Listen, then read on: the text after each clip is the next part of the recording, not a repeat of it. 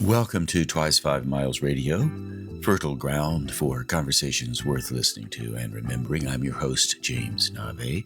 Today, my guest is Jay Hill. Jay was one of the speakers at the TEDx Asheville 2026 event in March, and Jay had a particularly interesting talk with props and a provocative idea that I had never heard before.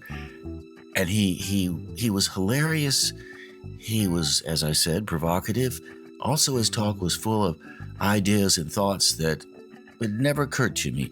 It's about something that all of us do every single day. So he has a new take on it. I helped Jay rehearse his talk, and I was also in the audience when he delivered it.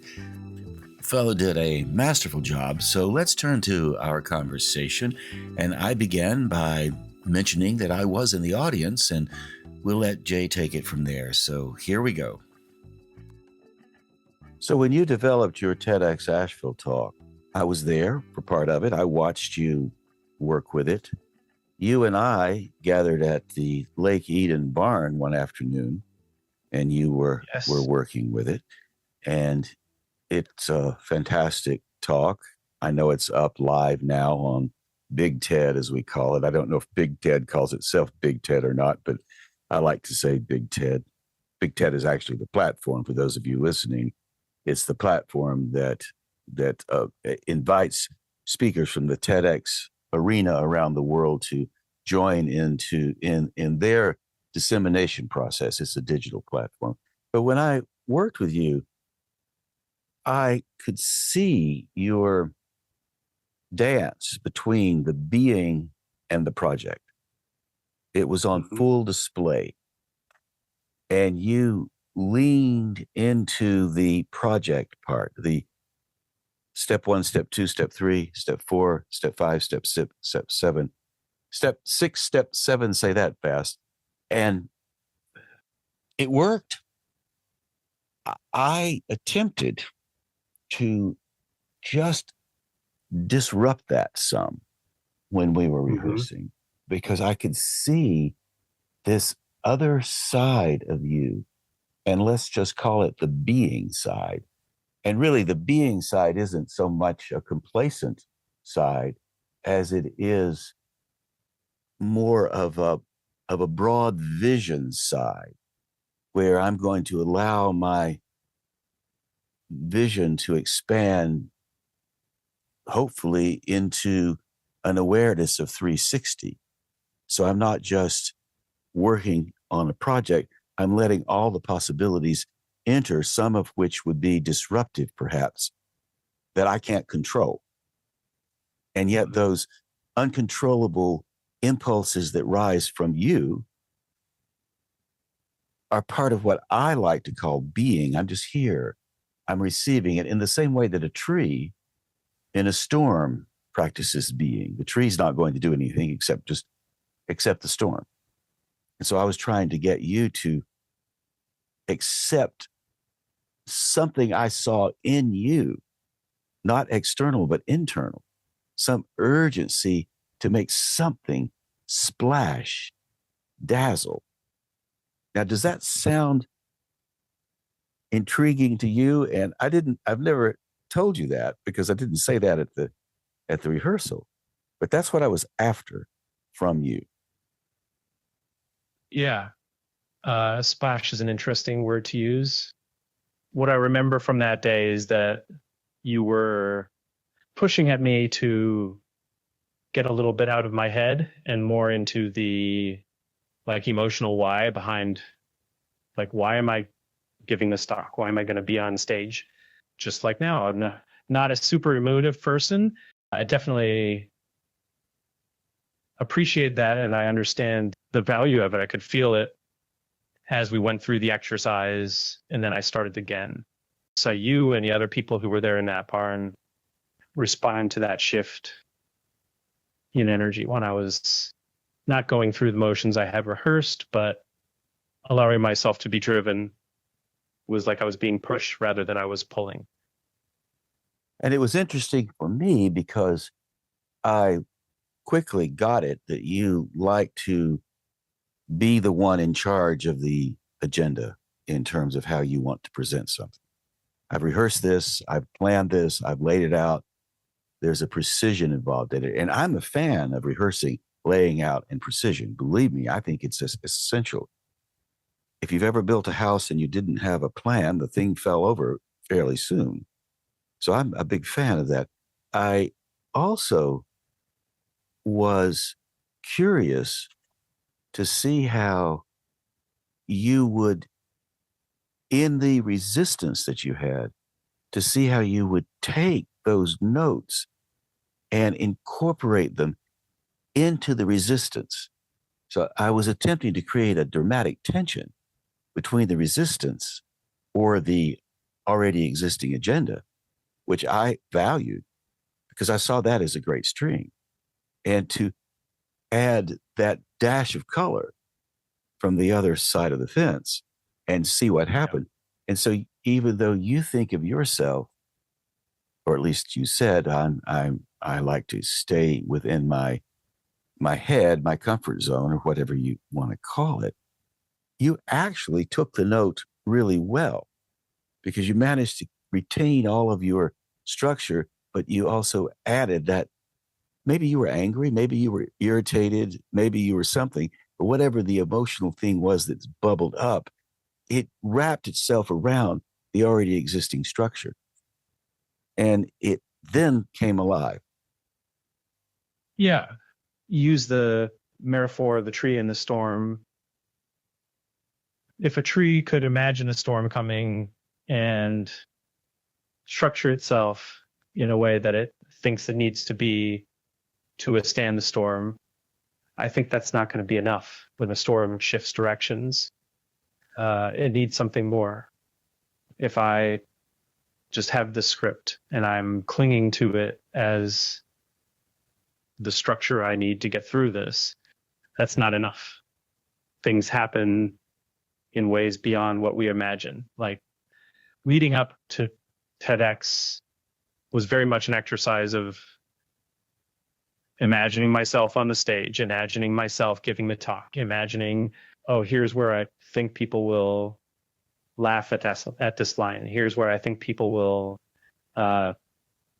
feel a deeper, more significant point hitting. And it doesn't exist. It's just my anticipation of how people will respond. So going through the exercise with you was part of building a deeper read system and a capacity to think beyond my imagining of how it would go. Continuing with the metaphor of the tree based on what you just said, the tree, when it was a sapling, it imagined the storm coming, and then it prepared itself for the storm with the root system. And by the time the storm was coming across the horizon, if the tree can think, maybe they can, the tree didn't have to worry so much about the deeper prep because it had already been thought of. And in a sense, that's what I was attempting to do with our rehearsal, build a deeper prep into the root system so that if you encountered a bit of a turbulence on the stage, the prep would be available to help support you as that turbulence happened. I don't know if it did happen for you on the stage or not at the theater the day of the TEDx talk. You came out and did a great job of improvising it. It was almost stand-up comedy, really, I thought, as much as it was anything else.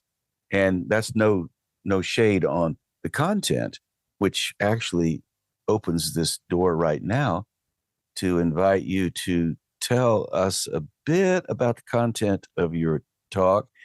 And I'd like for you to also report on how you feel now that it's up on Big TED and how it changed you when you did the talk.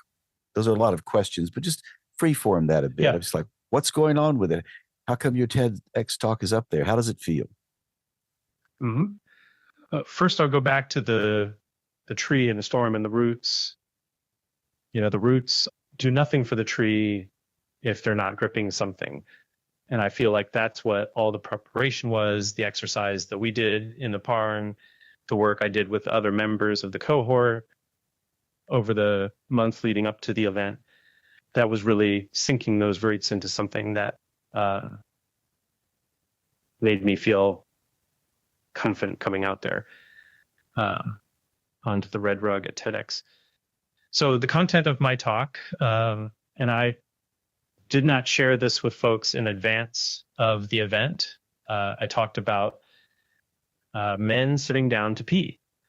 And my choice to not talk about it was because when I first, I applied not thinking anything would come of it because I knew many people applied. And so when it became real that I was selected, I did tell a couple of people, and immediately there were questions and thinking about the reality of the future that I would be on that stage giving that talk.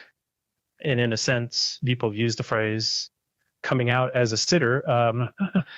I would start to feel sweaty and anxious about it because I hadn't put together the talk yet. I didn't have like an elevator pitch to give to people. And so I just decided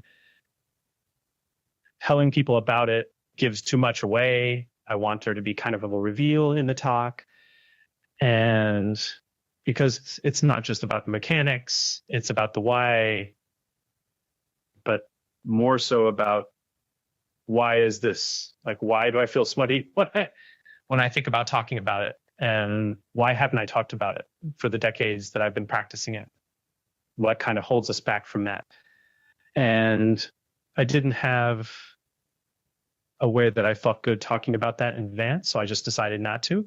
Yeah, the talk starts with a bit of a review. I had some props, then gets into some of the physics of why standing is an absurd thing that we accept us as a society, given the mess that it leaves behind, and the question of who becomes responsible for cleaning up that mess. And if it's not the person who's making it, who is it falling to, and is that acceptable and why? And then, like I said, getting into why is this hard to talk about and what are our hang-ups around this as a society. It does vary globally. There's quite a lot of variance globally about this practice. Well, Jay, this may make you sweat a bit more, but every time I take a comfort break, I think of you. So after I saw that talk, I can't get you out of my mind up there on that TEDx Asheville stage. So, I love that for us. I'm one of many. I'm one of many, a follower. Be more specific here. Describe the day you getting ready to walk out onto that stage. It was for me, it was a delight. You can see I'm smiling on our Zoom call here, even though people will only hear this audio on the radio. Give us a sense of it. It was an incredible experience. It was beyond my expectations, the response of the audience. And of course, TEDx always has a super supportive audience. They're there on purpose. They're there to hear fresh ideas, perspectives. But it was beyond really my expectations. I'm not a professional public speaker and I'm not new to it, but I was pretty nervous. Even if I don't know how the crowd size compares to other talks that I've given, but it felt more substantial. It's definitely a bigger lead up. The TED brand carries such weight, really significant. And there was this revealing of myself in the topic as well. So I start with this kind of table out there that actually turns out to be a stand-in for a toilet. And there's a moment where I sit down on it and I say to the audience, my name is Jay Hill. And yeah, I sit down to pee. And the crowd erupted in applause. And I did not anticipate that. I thought it would just be kind of some awkward laughter. Throughout the talk, people were just laughing at a lot of points that I didn't even really expect them to. Like there were some intentional jokes in there, but there were also things that people laughed at unexpectedly. Yeah, it caught me off guard a little bit. So use the word improvisation. Definitely the content There was not a lot of improvisation in that because I had rehearsed it so much, but I did try to deliver it not as a rehearsed speech so much. There are a couple of things that I switched up in the moment just based on the audience reaction. The little extra line here or there is like, oh, they already get it. They already get the joke. I don't need to throw that in. Were you able to feel okay with your improvisational moments around the laughter that you weren't expecting? You know, one thing that I've been a little bit hung up on through the process is the length of the talk. Uh-huh. So I'm involved with projection nights, and those talks, so I've given a number of those, and those talks are always 6 minutes and 40 seconds exactly. That's the format. You prepare 20 images and are shown for 20 seconds each. They move automatically. And so that's a format that I worked with for over a decade, and I love it for its brevity. Its structure is really accessible to people that don't have a lot of public speaking experience. And so having this more open-ended, but still limited, you can't cut up there and talk for 20 minutes, was a little challenging. And so I wanted to make it short. I knew that there would be a video artifact coming out about it, a video of the talk. And I was really trying to make it between 6 and 7 minutes. And I didn't come anywhere close to that. I would rehearse it without proud laughter, and it was taking like between 8 and 9 minutes. How I can't cut anything more. I spent so much time cutting. I cut so much out of the talk, and I got to the point where I was like, I think this is it. This is what I'm working with. And the video was over 13 minutes long. It was just over 13 minutes because of pauses that I had to introduce, just waiting for the audience, which was super gratifying. I don't have a problem with it. You know, you mentioned earlier, you asked about how it feels having the video up. One thing that I anticipated was maybe a lot of resistance to this idea of men sitting down to pee or feel threatened by it. And that has not materialized. Messages have all been supportive. And one of the surprising things has been just how many people have said, oh, I've been doing this for a long time. This is my practice. And some people came up with it on their own, and others were asked to do it by their domestic people who they that to live with. And so that's been really one of the really interesting outcomes of this, because I always wanted the video artifact to be permission for people to talk about this, whether it's bringing it up with someone who is making a mess in the bathroom, or to feel more comfortable talking about it. And that has come to pass. I think the mixed part about it, you talked about projects and identity, and giving a TED talk. This was a big effort, and like I said, the TED brand carries such weight. And so having the video out there, and something like 1,300 views on the video is respectable. The people that I know and care about have all watched it and shared very nice words. And it's not a viral sensation, and that's okay. Idea of validation through view count is hard to separate oneself from. So there was a moment where it's like, I see it trailing off.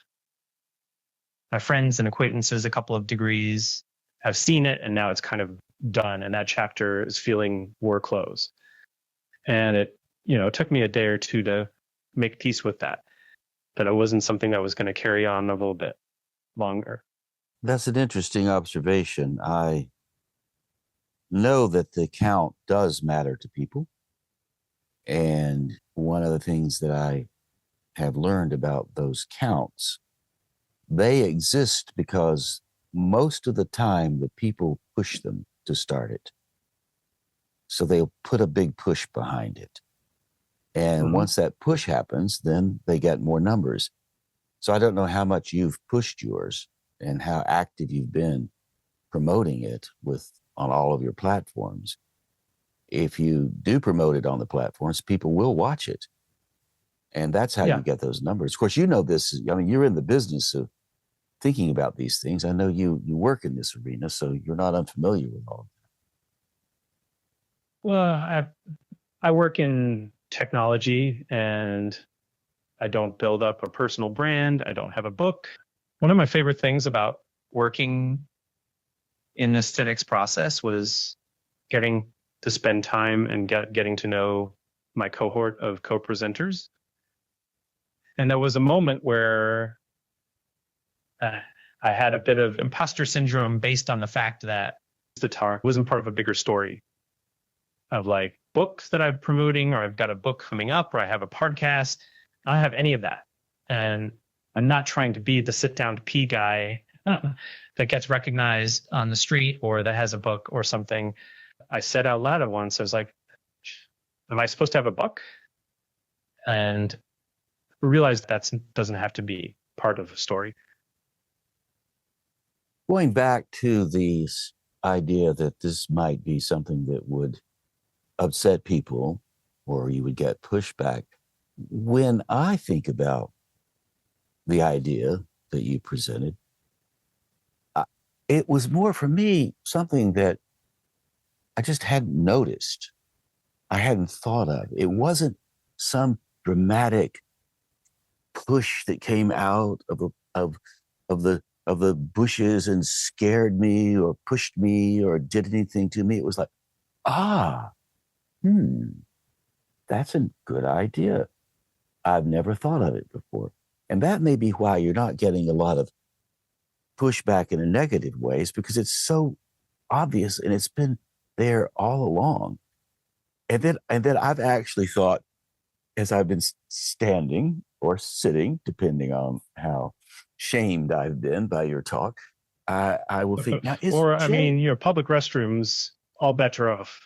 Okay, well, I've been thinking, okay, now Jay says the splatter happens in minuscule ways that you don't actually see it. I wonder if he's right, and I will observe my moment and think, well, now maybe he's not. And then I think, well, I don't know. These little droplets are invisible, like he said. I wonder where they're going. I don't know if I should praise you or hate you, Jay, but I tend to think about it a fair amount.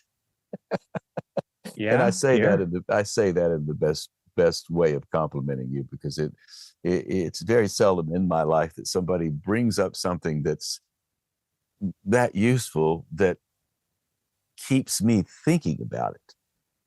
So I just it's one of those things that once you hear it, you can't unhear it. And I think it is a message that maybe there are people who would be resistant to it, but it's a message for people who have ears for it, who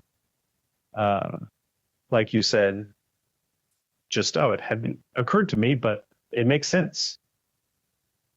And one of the things I think made it work so well for me and all the others laughing in the audience, good comedy does more than just make a person laugh. Good comedy absolutely drives a fairly sizable freight train through the room if it's done well. And what I loved about what you were saying, and I noticed this in the barn, and that may be one of the reasons when we were rehearsing why I got all over you a bit, pushed it a bit. I could see the social implications and the cultural implications of those questions. Who am I to make this mess and leave it for somebody else to clean up? And that's the existential question that we are asking as humans across the board. So this business of going to the toilet and having your comfort break, everybody does it. And yet you were asking such a big question there. And I really noticed it right away. And I don't know if you saw it out of the gate or not, but I do believe you came to understand the value of what you were reaching for, and indeed achieved. You reached for it, and you grabbed hold of the ring. Yeah, it did become bigger than I had initially envisioned it. There was always kind of the fairness aspect to it, and it grew to something a little bit bigger than that. I mentioned that I had spent a lot of my preparation time cutting content, and some of the stuff that I cut was more on the nose commentary about that. This idea of sitting down to pee as an issue of fairness is emblematic of bigger patterns. It's not strictly about this one act, but awareness of the work that we are creating for other people that we care about often, people that we should care about. And in cutting out kind of the exposition about that, I realized that it made the talk stronger because the audience is smart, and the audience is going to get that message in a more powerful way if I don't spell it out. They're going to get exactly the message that is powerful to them. I've heard from people who attended the talk or watched online some of the key things that they took out of it. And I'm trying to think of a couple examples here, but that's when I noticed that having taken out that explicitness opens that up, because there were very different ideas. And if I had been explicit, then it would have closed the door to some of these takeaways that they found. Like they found, oh, this actually applies to my life in this way. Or like, I can understand my father better because you said this. That wasn't what the talk was about, but it was for them. Well, you bring up a fantastic point around generating content that will be useful for people. I got a lot out of the talk. I mean, obviously, you can see I did, because I'm still yakking about the thing long after. I tell people about it, so it gets spread around a bit. When we come at a talk from a writing point of view, so often people they feel like they have to editorialize. I have to explain to you these 5 or 6 or 7 or 8 things, and this is how you should feel, or this is how I feel. And what happens when you try to fill in all of that editorial stuff, those explanations, you disallow the listener the opportunity to fill those blanks in for themselves. Like if you put too many examples of your father in there, I will not put my brother in there, because you've already crowded my imagination with something about you. And most people don't, who start out doing this or try to do this, they tend to editorialize a great deal. I really must explain. But maybe, and I'll ask this is a question that just popped up. You obviously think a great deal. You're in a business that requires a fair amount of smarts, maybe a bit of genius along the way. I don't know where you put yourself on that spectrum, but maybe because you do have such a keen mind, maybe you intuitively understood how essential it was to leave that out, to give other keen minds the opportunity to fill it in. Do you think that was the case, or was this some sort of instinct that happened? I would like to claim more credit for it than I think I'm due. I really think that because I wrote a lot of it out, I did connect a lot of the dots and give examples, but this drive to shorten it led me to cut those things out. And this quality was more emergent from that process, getting things to their essential point. And even some of the like tactual stuff. At one point, I had a whole section of the talk, not long, but about what this looks like in other countries, and Germany in particular, where there's a pretty strong sitting culture but they're not above still making fun of you if you sit. The word is sitzpinkler for one who sits to pee. And that would have been a great laugh if I had included that in the talk. The day after the talk, someone who had attended it, who I'm friends with, texted me and said, I really enjoyed it. And did you know in Germany, men sit and they have a word for it, that's sitzpinkler. And my initial reaction was, I should have left it in. After a moment, I realized, no, like I don't need to tell people things that they already know. Like she would have maybe loved to hear it because she already knows it, but maybe she actually prefers to tell me about it outside of it. And I don't think anyone's experience was diminished by the fact that I had cut that content out. Well, Jay, if you'd left all the jokes in, you wouldn't have had a 12-minute talk. You would have had a 30-minute talk. You wouldn't have had room for the people to laugh at the other jokes. It was really loaded. But I want to go back to when you entered the stage, because I think people, I love this visual. You walked out and you were well-dressed, sharp fellow, beard, nicely put together. So clearly you have control. And that's exactly what you want on stage. I think Frank Sinatra did a great job of control. If you've ever watched a Frank Sinatra concert, he walks out in a tuxedo. There's a reason why Frank has a tuxedo on. Come on.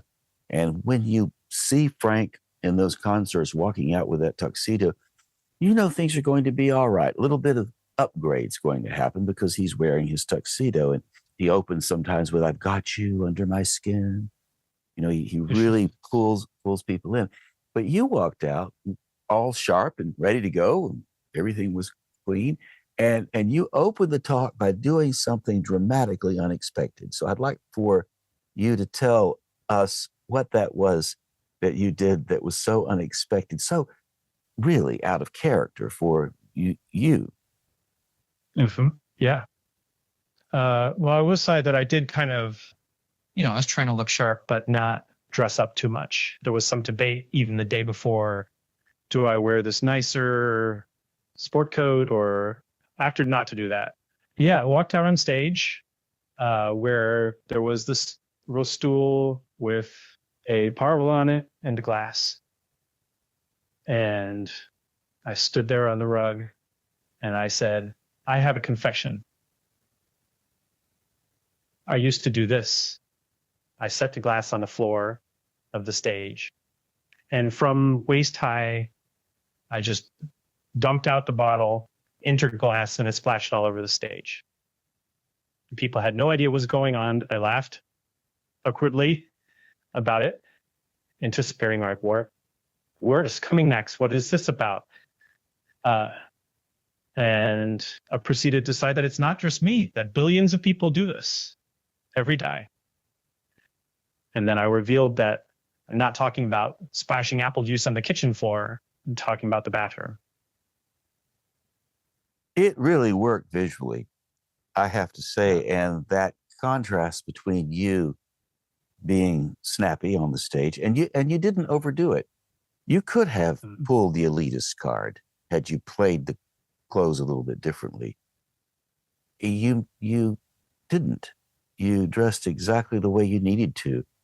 And the contrast between the snappy dressing, which was somewhat casual and easygoing, and all that splashing really set the tone for the rest of it. I mean, it was funny from the gate.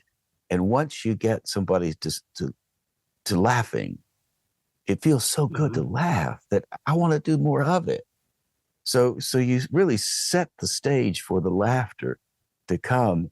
And also I'm thinking now, when I laugh in an audience, I'm laughing as an audience member, I set myself up to hear humor and levity in the subtext of something, of what people are saying. So my ears are ready for it because it feels good. I don't know if that was the case necessarily with everybody, but you said some of the places people laughed, you didn't expect it. Can you remember one of those places that got a laugh that caught you off guard that you didn't expect? Yeah. So second quarter of the talk, I go into some of the physics of standing versus sitting. And the beginning of that section, I talk about the work of the Splash Lab at Brigham Young University. And it's funny now, Jay. Come on. it's funny now. So I launched into it by saying students of fluid dynamics. And people just laughed and laughed at that phrase, students of fluid dynamics. And I did not anticipate that that was funny any more than saying students of linear algebra. But I guess in this context, getting into the more, even thinking that there's an academic side to peeing into a toilet was humorous. And then I waited for the applause to die down, and I said, at Brigham Young University, and people laughed it again. Well, it's such a contrast. Brigham Young University is a Mormon university in a very conservative area. I mean, if anybody's ever seen the two Mormon missionaries walking around with their ties and their shirts, and if there's a picture of conservatism, those two missionaries, wherever they are in the world, they're conservative. So the idea of what was it again? The splash fluidity. Splash Lab? Splash Lab. What were the students doing? The studying fluidity. What did you call it? Students of fluid dynamics. Yeah, students of fluid dynamics. Well, the minute you said that, I had this vision of these young students in some lab somewhere running around in raincoats, studying the fluid dynamics as the sprinklers were all spinning above their heads, almost like wet wizards or something. And then when you said at Brigham Young University, I would never, ever picture these students doing that. Now, admittedly, the conservative students at Brigham Young probably weren't wearing raincoats running around as sprinklers, but you offered me an opportunity to visualize quite imaginatively this big scene. Whereas students of algebra, all I think of is a bunch of, myself in the 10th grade trying to do my algebra and not really understanding. So you put you made it wet. Yeah, there was a funny part in there, and I hadn't gotten to it yet because these students, they do study. They have in their lab urinals and toilets, and they use high-speed cameras and black lights to study what happens when you use these devices in different ways. And they refer to themselves as the whiz kids, as like, that's the funny part. And I wasn't even there yet. Yeah. And the thing about the whiz kids, all due respect to the joke, it's slightly expected. Now, I will say you handled that well. And there was an improvisational intuition going on, because after you had hit those joke marks that you weren't expecting, I did watch you adjust your punchline, and you pull back on it a little bit. So you reevaluated and then recalibrated your expectations so that you actually then understated the whiz kids. Now, I was watching you do this from the stage. You might have been thinking about that, or you might have just been doing it intuitively, but you certainly could, if you wanted to write a mathematical formula of how that worked, you could. And you landed it at the whiz kids. You landed it softly rather than loud. Yeah, we weren't at a point that was going to land as a big laugh, and I can sense the way that floor was going, and so that was people were enjoying themselves, and that's what I was hoping for. So I don't have a stake in which hurt people find funniest. Oh, well, you succeeded at it. That is for sure. It was just absolutely a terrific talk. And Jay, I just looked down at my timer, and I don't know how much of a sense of time you have, but we've been talking solid for 50 minutes. I never did start the interview by saying you're on the radio. We just started talking. I hope that's okay with you. Yeah, I didn't even realize we had started for a while. I didn't either, but then I thought this is too good to leave behind. I'll just have to keep Jay in this place. So as we finish our time together, would you tell folks how they can find your TEDx Asheville talk and give them some direction on what to do and where to stand or sit when the need arises? Yes, absolutely. So the talk is on the TEDx Talks YouTube channel called TEDx Talks. And if you search for the title of the talk is Take a Stand by Sitting Down to Pee. So if you search for some portion of that, you should find it on the TEDx Talks YouTube page. Well, Jay, I do appreciate you entertaining me. It's been a delight to relive that moment. And for those of you out there listening, I hope you are able to go take a look at this talk. And now that we've deconstructed it a bit, you might be able to see some of those moments that Jay mentioned. So, Jay, thank you so much for being with us. I really do appreciate it. Yes, thank you so much. And there's a surprise at the end of the talk that nobody, even my fellow speakers, knew was coming. So one last gag, but Yeah, I did. Okay, folks. Okay. There you go. I hope you are able to look at it, and I promise you, when you do, you will be smiling, just like Jay and I are smiling right now. Again, thank you, Jay. Thank you so much. And there you go, my friends. You now have a much better idea of what Jay's subject was. Sit down to pee. So we have a bit of time before the top of the hour, and in this time, I'd like to reflect a bit on the ideas that Jay and I talked about regarding his rehearsal process. We mentioned the barn. The barn is located on the Lake Eden property in Swannanoa, North Carolina. The Lake Eden property is adjacent to Camp Rockmont, and the Lake Eden property and Camp Rockmont have shared the location for the Leaf Festival since 1995.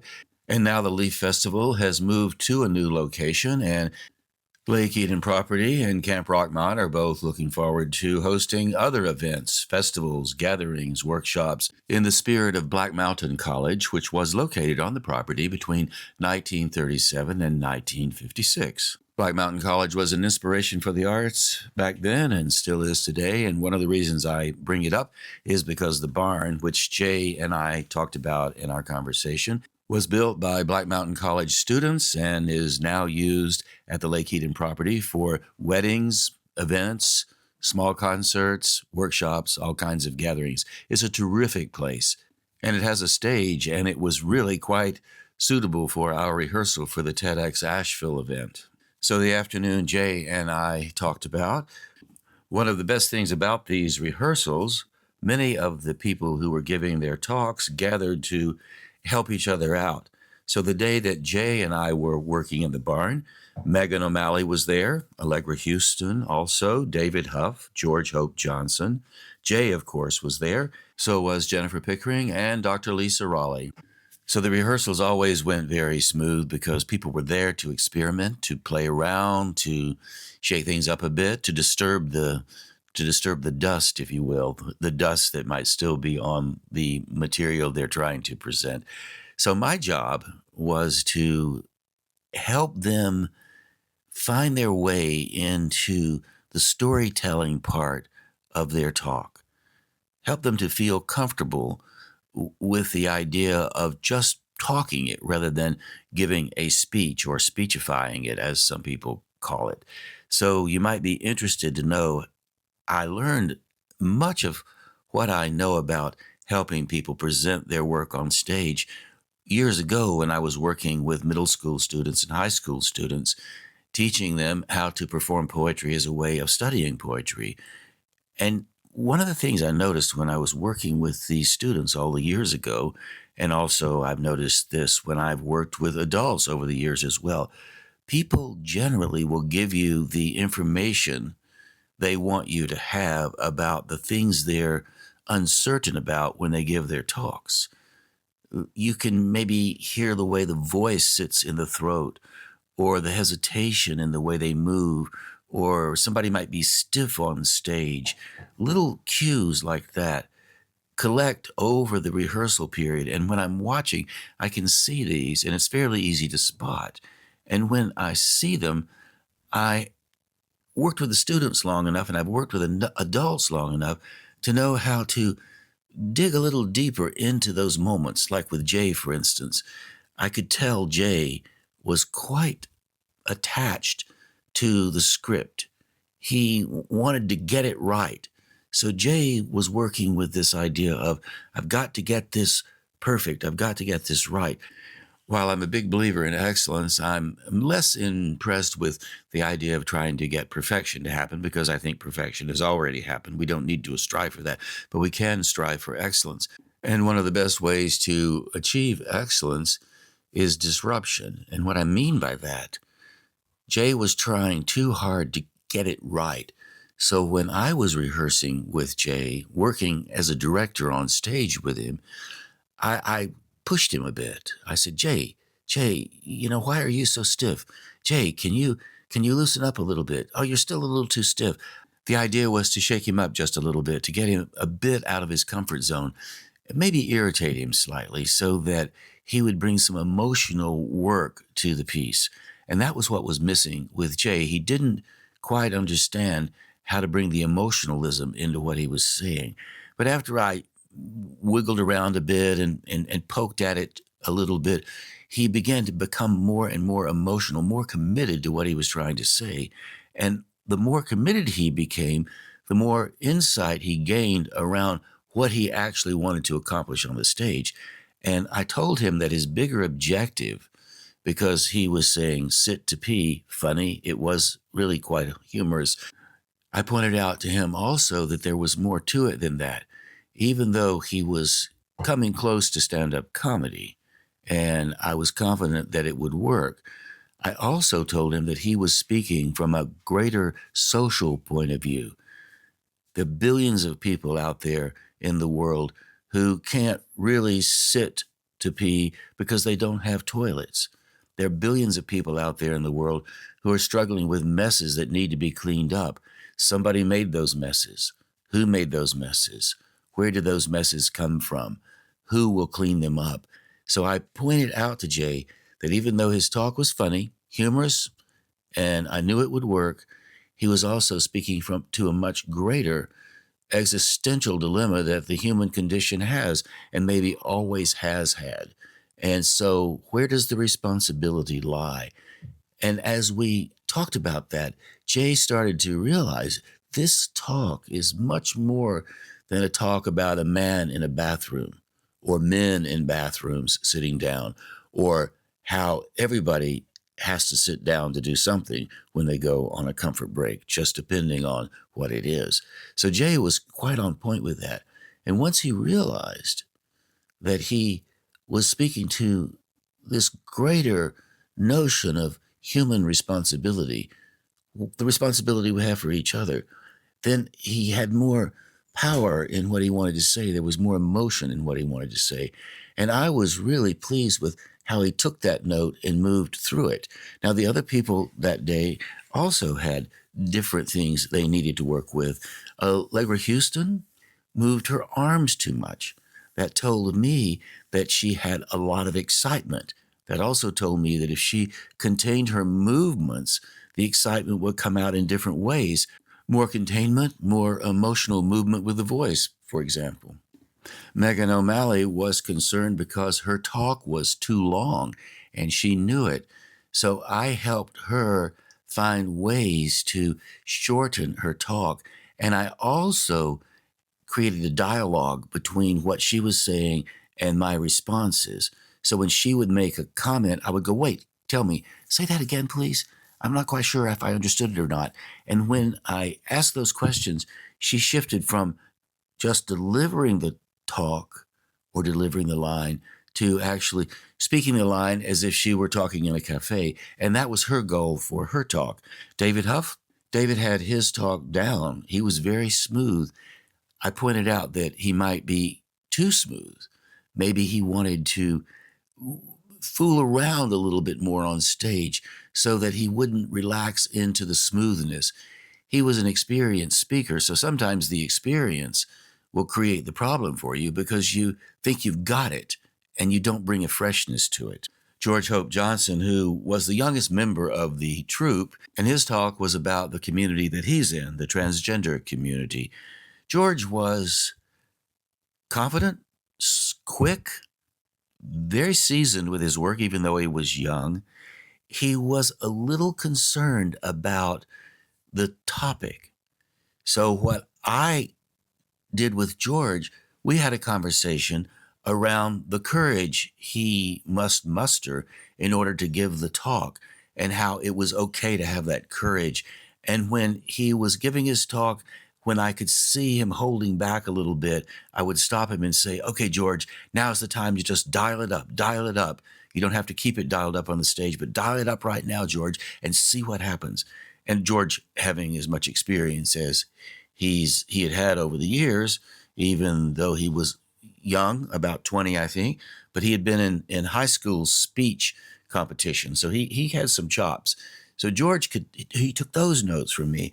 And then Jennifer Pickering, her quest was to tell a story about coming home. Jennifer's home is the Lake Eden property. Her family has owned that property since the 40s, and she's been there all her life. My note to Jennifer was soften it a little bit. Really drop into the images. Don't just tell it like you've told it before. This is a very new approach to an old story. So take it easy. Don't try to push it. Just tell it and keep smiling. Dr. Lisa Raleigh's talk was about the French Broad River and the other rivers in western North Carolina, and she was referencing her talk around Hurricane Helene, which devastated the western North Carolina area. And she mostly was focusing on the riparian zones, those rich banks that grow around the river to hold the river in when everything is healthy. So my note to Lisa was, Lisa, you are the river. You are speaking for the river. Let the river flood through you. And when I gave her that note, she eased down a bit. And indeed, I do believe I saw the river flowing through her. So those are some of the simple little rehearsal techniques that I used with folks that afternoon. We rehearsed quite a bit. I did a lot of individual rehearsing with many of the folks. And in the individual rehearsals, we would work for an hour with this kind of approach. And by the time the show started, everybody walked on the stage and they were prepared for what they wanted to say, but they were also prepared to deal with whatever happened during the show. There were 500 people in the audience. So if you're developing your TED Talk or any other talk, the reason why it's important to disrupt yourself, to rehearse quite a bit, get everything as comfortable as possible, because when you do walk out on a stage, no matter how small or large the audience, things happen on the stage. And one of the main things that often happens on the stage that you can never prepare for, audience response. People laugh when you don't think they'll laugh. They cheer when you don't think they'll cheer. They clap when you don't think they'll clap. You expect one thing, they give you another. And if you are prepared with deep rehearsal and these little things happen, it's easy to deal with. If you haven't prepared, they might throw you. If you're in a smaller venue, like a cafe, some kind of student center, any smaller venue, all kinds of weird little things can happen. People drop glasses, motorcycles rev up outside, cars go by. So when you're in those smaller venues, the best thing to do is to use whatever happens to your advantage. So if a motorcycle starts up outside, just stop and say, I paid that guy to start that motorcycle. I hope you enjoyed it, and then move on. So there are a lot of ways to go about it. Everybody on the stage at TEDx Asheville did a terrific job. I was really, really pleased to see how they rose to the occasion. If you'd like to see all of it, you can easily search TEDx Asheville 2026 talks. You'll see it pop up on YouTube, and you can watch all these folks in action.